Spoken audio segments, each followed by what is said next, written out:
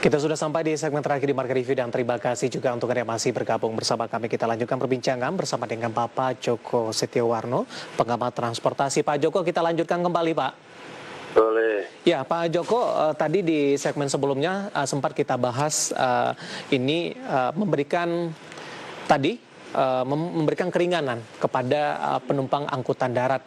Anda katakan tadi rapid juga harusnya diperbolehkan begitu dengan menempatkan tenaga kesehatan.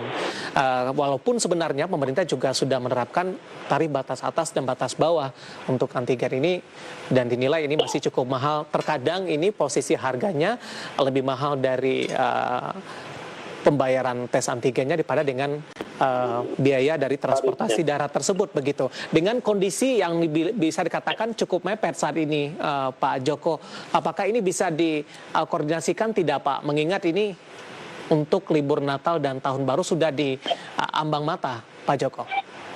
Saya kira masih ada kesempatan itu ya, karena kalau memang diterapkan sama dengan di udara buat di darat, itu yang terjadi adalah kemungkinannya makin bertambah angkutan plat hitam.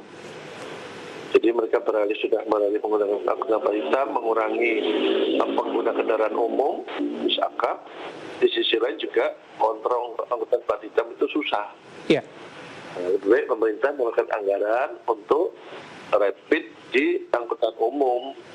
Saya kira itu lebih bermakna, jadi lebih bisa mengetahui kondisi realnya untuk melihat sejauh mana sebenarnya protokol kesehatan bisa terapkan juga sebenarnya di darat. Yang selama ini memang terkesan lepas gitu ya. Di awal dulu bagus, tapi entah tahu bagaimana ini lepas. Ini perlu dapat subsidi juga, karena ini juga untuk keberlangsungan usaha untuk bis-bis akap itu. Gitu. Iya, ketika ini dari sisi kebijakan tidak ada perubahan ini, Anda melihat seperti apa dampaknya kepada transportasi darat yang memang mengharapkan momentum dari Nataru ini, Pak Djoko, di mana di sepanjang pandemi kondisi mereka juga sudah mengalami tekanan yang cukup dalam. Ya, memang ini yang harus dicarikan solusi. Kalau angkutan organda itu kan ada yang angkutan perkotaan, ada AKDP, ada AKAP. Kalau perkotaan, pemerintah sudah punya skema lah untuk membantu mereka. Walaupun tahun ini baru 5 kota kan, nanti akan bertambah terus. Tapi yang bis AKAP ini salah satunya saya pikir tadi tes rapid aja lah, tes rapid antigen itu diberikan, tapi pemerintah yang menanggung. Itu sebenarnya tidak sampai 50.000 per orangnya kalau pemerintah mau memberikan bantuan itu, sehingga nanti orang akan berbondong-bondong jamin menggunakan angkutan umum. Tapi tentunya nantinya ada keseimbangan, pihak operator juga memberikan jaminan bahwa armada-armada mereka sediakan itu juga dalam kondisi sehat, bersih. Itu. Jarak juga tetap diatur dalam hal ini, posisi duduk begitu, Pak? Ya, kalau posisi duduk sebenarnya saya pikir memang ini masih dalam bentuk ini ya. Yang agak susah juga kalau dua-dua itu, kecuali memang ada bus-bus yang baru juga mereka lakukan itu, tapi belum banyak PO yang melakukan itu.